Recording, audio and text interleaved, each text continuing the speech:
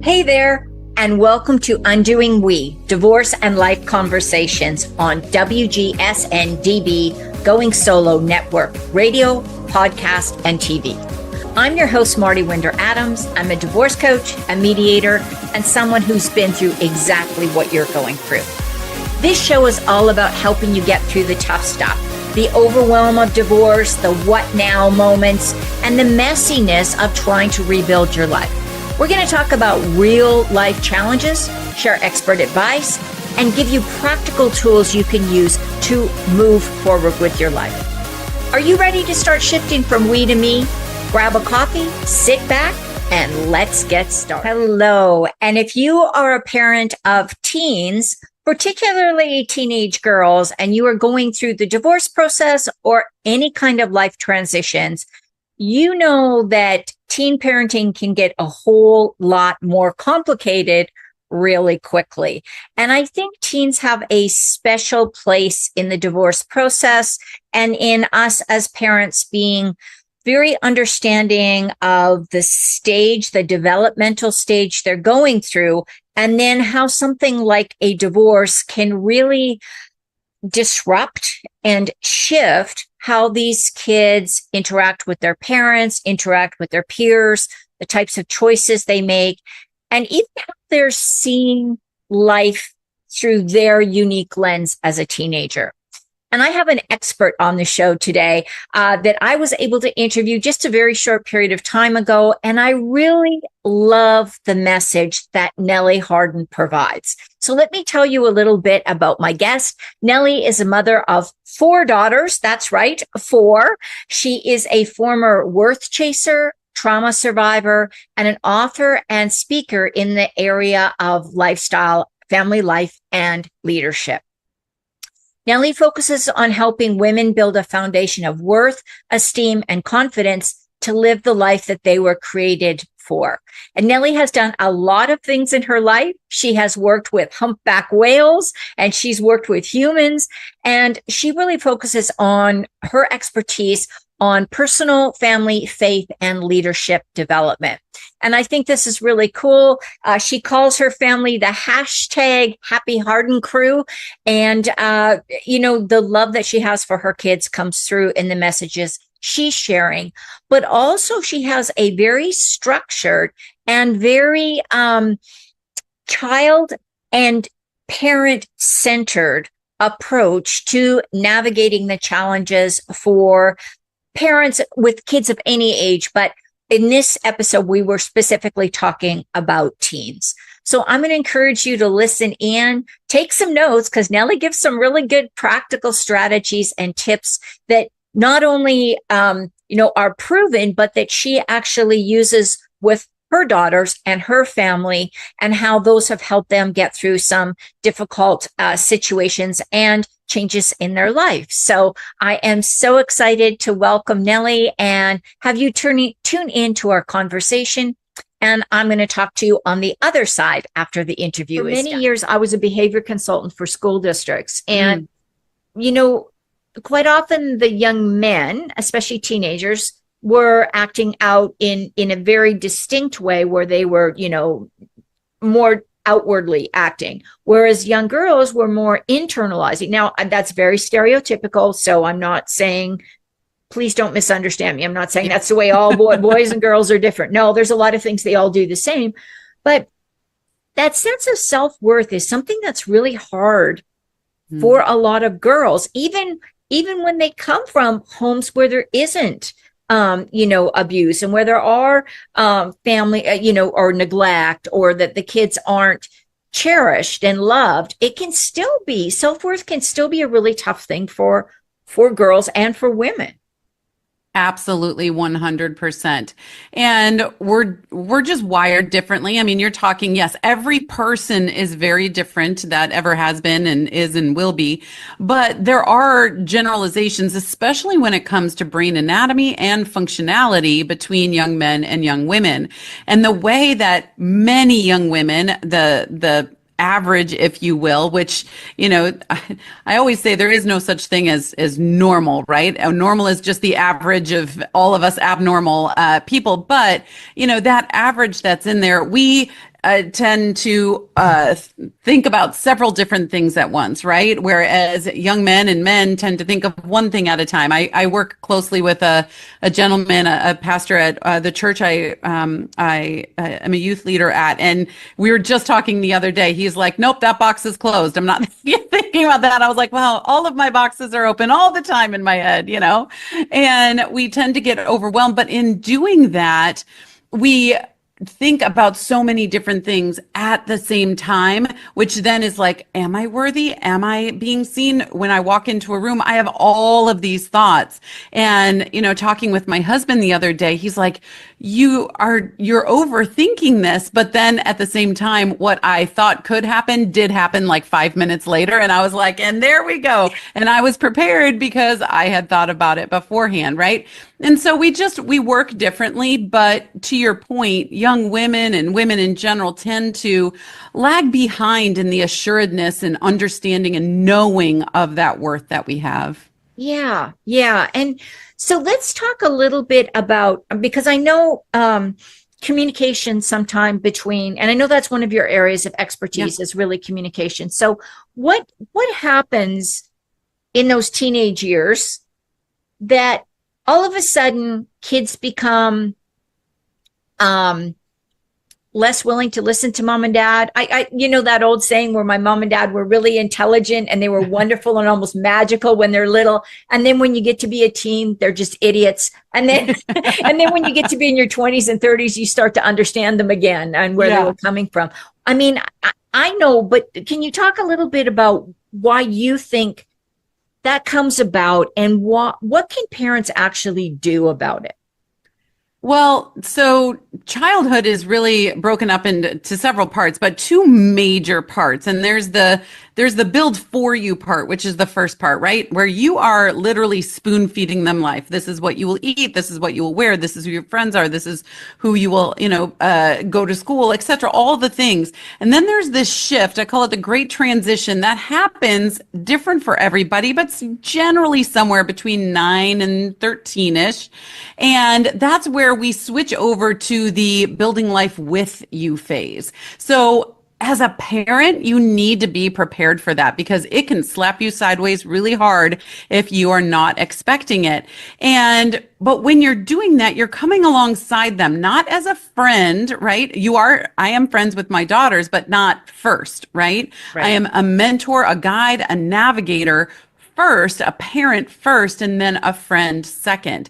And so, but you come alongside them and you start asking a lot more questions and getting their input on a lot more things. And you have to become an observer as a parent and really an investigator too, in order to see what's going on in their life, because they're starting to live a life independent of what's just happening at home, right? My 4 daughters now are between 15 and 19 years old.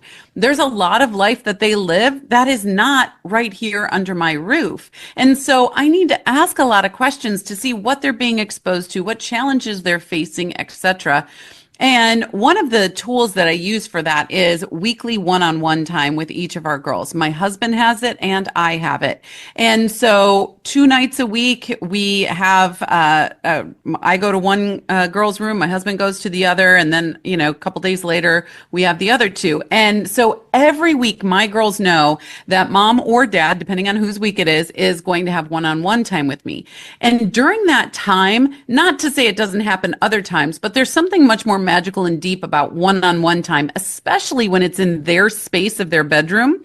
And, you're sitting on the floor, maybe sitting on the bed, you're watching them play a game that they have, you're asking them about school, you're telling them also about your life. And that's a big difference that happens between first part of childhood and second part of childhood. You are being a lot more vulnerable with them about sharing you as well. And when you do that, it breaks down walls. And when you can say, hey, one of my daughter's names is Trinity, right? When I can say, hey, Trinity, I walked into the office yesterday and I don't know, I'm having this challenge. What do you think about that? What does that tell them? It means they value my opinion what I have to say matters, right? She's trusting me and all of these things. And when you can build those strands of trust going both ways, then you're building that bond in the second part of childhood before you're releasing them out into, well, not even releasing, launching them out into the world. So those are just some differences that happen between first and second part of childhood. I love that. And I want to follow up on something you were just talking about. When you're talking about being vulnerable and sharing, because a lot of people listening to this are probably going through a divorce process. Well, not probably, they are going through a divorce process. So I always caution parents, don't talk about a lot of deeply personal things around the divorce with your kids. What are your thoughts on that? Because, and I'll just tell you why I do it, because typically I don't want mom or dad talking bad about the other parent and making it sound like this is all their fault and, just unloading all of their emotional baggage on their kids. What are your thoughts on like what's appropriate and what's not appropriate to share with teens around family situations? And maybe it's not divorce. Maybe it's something else that's going on in the family.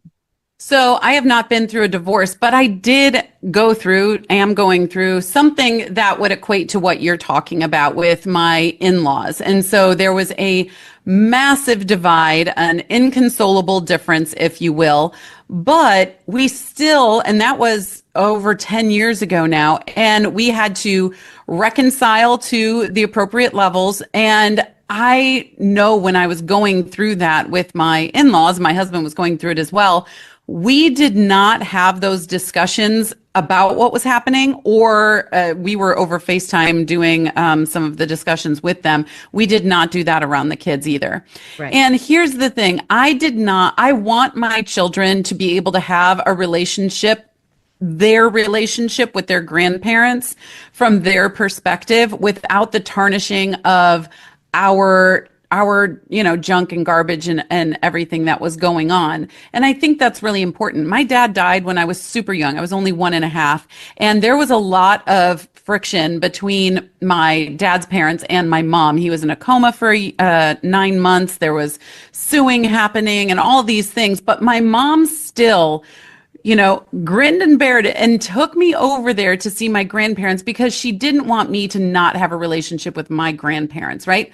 And so that is the same thing here. I think there is certain things, especially in a divorce, that just need to happen between mom and dad. I don't think the kids need to be in on every single detail because they're not involved in every single detail or relate to it, and especially age appropriateness. And you want everybody to have as healthy as possible relationship with their parent. Right. And if something that you're going through would alter that, but not be effective toward their safety, right, and their concern, then there's really no need to bring it up. Right. But it doesn't mean that you can't say that you're hurting or say and be vulnerable, and you can be open and, this is really hard, right? I'm having a hard day, and I know your dad is probably having a hard day too, or what have you like that.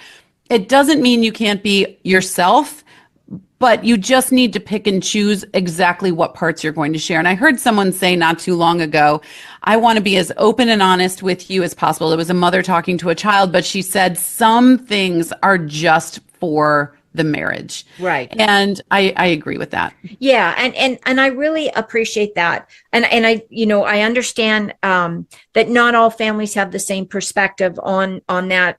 But here's the thing. I always say you wouldn't tell kids the intimate details of your relationship if it was going really well. You don't talk to your kids about your sex life. So why would you talk about the breakup of their, like there are some things that people keep private from children. So let's talk about what makes a good conversation from a parent who's maybe their child, whether they're going through a divorce or not, and particularly if they got a young lady, a young girl in the family. What are some of the things that work well? And maybe what are some of the things that just don't even try these because they are not going to be effective? Okay, number one, don't try it. Power struggle. Do not even try it. You want to look at your family, and no matter spread across one household or two or more, you want to look at your family as a team, all working together for the betterment of the future. And so when you're looking at that, you don't want to have power struggles and, oh, I'm doing this, or I'm buying you this, or, come over here, those kind of power struggles. And you don't want to have them with your child either.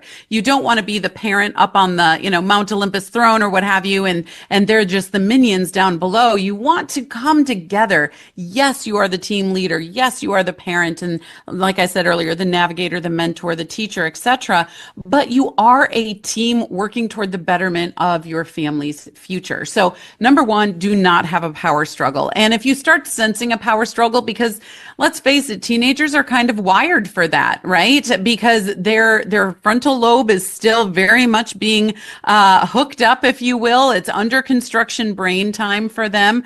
And so when they see something, they're like, oh, I got to be all in on that, right? And so they go all in on the power struggle, and you can just back off, because it takes two to play tug of war. And if one's just playing it, they're going to fall on their backside. So just sit down. I always say, drop the rope, pull up a chair. Just drop the rope, pull up a chair. I love that. Great. That's a great mental image to keep in your mind as a parent, finding yourself going over the brink on that one. Yeah. Yes. So, and pull up a chair, just be quiet.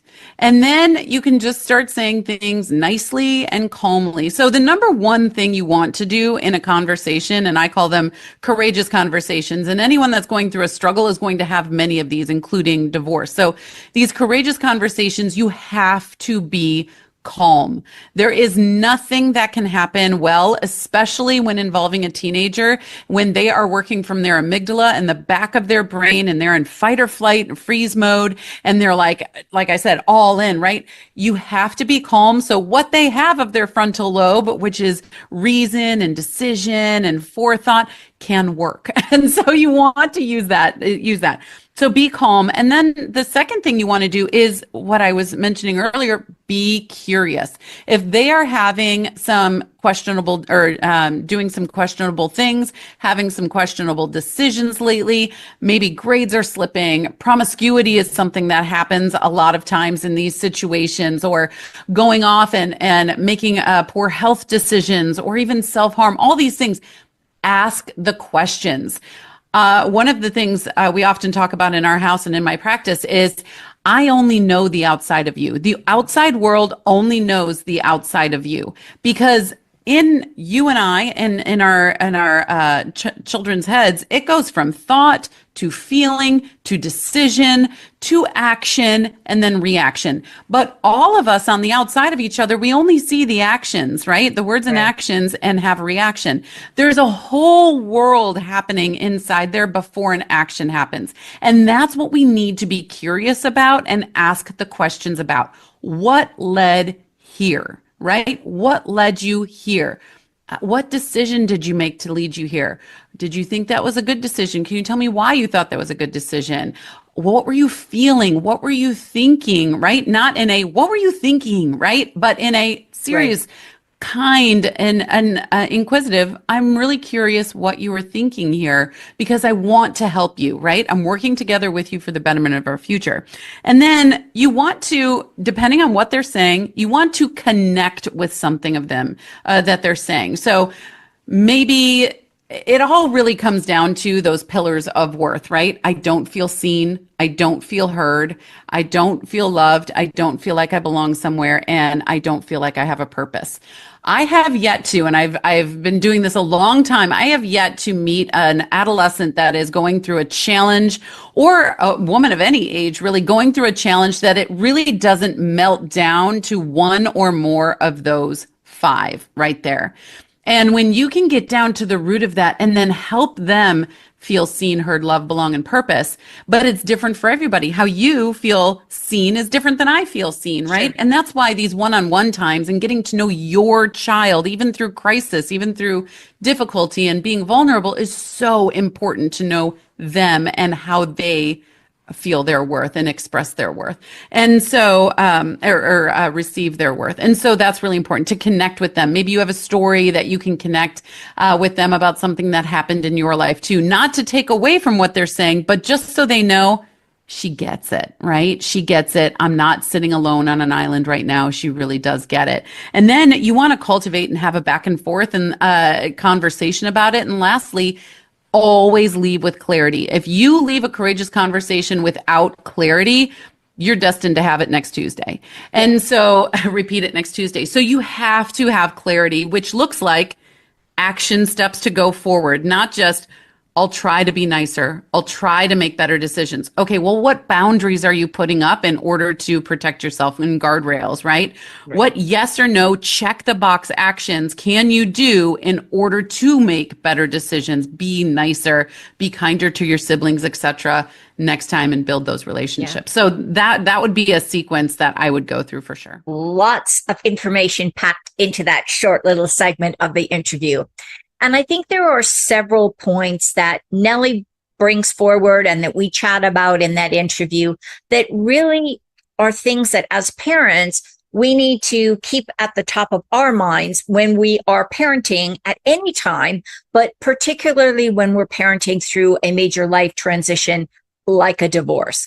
And the first one is that I think we have to be very careful about understanding how self-worth can be developed and how self-worth can be torn down, particularly in young girls. So I think the idea of making sure that our kids always have a place to talk it out and that they don't get too much in their head, overthinking, comparing themselves to everybody else in the universe. And let's face it, social media makes that a lot harder. But as parents, just being there, supporting, caring for the kids and making them feel competent, confident, and special in an authentic way in achievements that are important to both yourself as parents as well as to our kids is a really amazing way to help negate or minimize some of the impact of, some of the other stuff where girls are constantly comparing themselves to, airbrushed models and, things that have been filtered a million times. So I think it's really important to have those kind of conversations with our girls.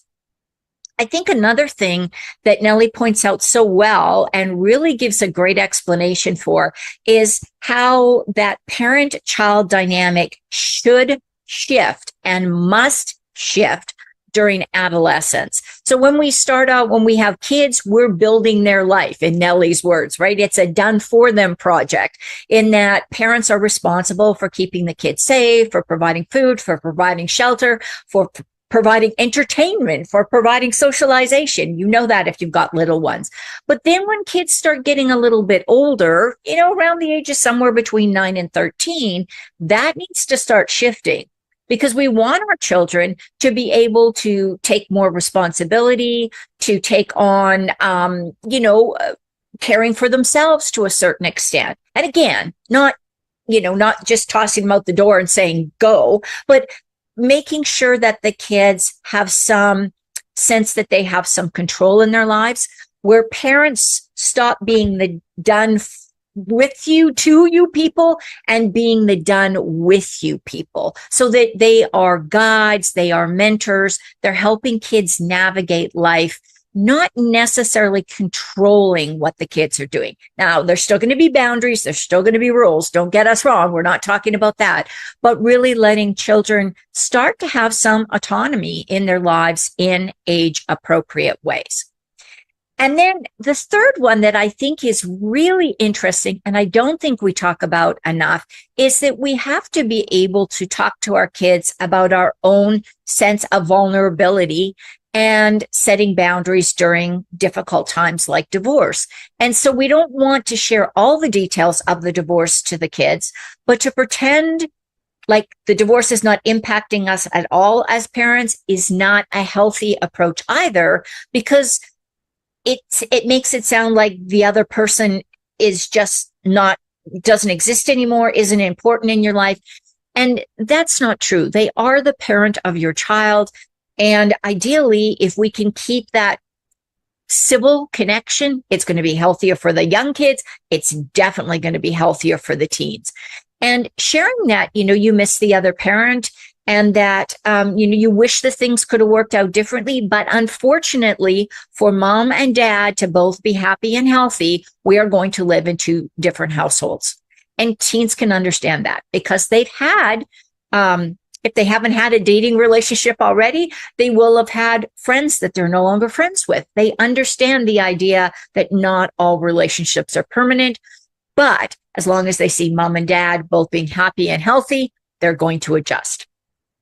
I think another really cool idea that Nellie brought forward was the idea of courageous conversations, where rather than getting into a power struggle, a debate, this constant sense of I'm the adult and you should listen to me because that, or accusing kids, really staying calm and curious as the parent. When kids do something that is off or odd or ineffective or unhelpful or hurtful, even, instead of getting angry and accusing them, asking questions like, what were you thinking of when you did that? What was going on for you? What emotion were you feeling? And what were you thinking of, rather than just seeing a behavior and punishing for the behavior? Because unfortunately, that happens too often.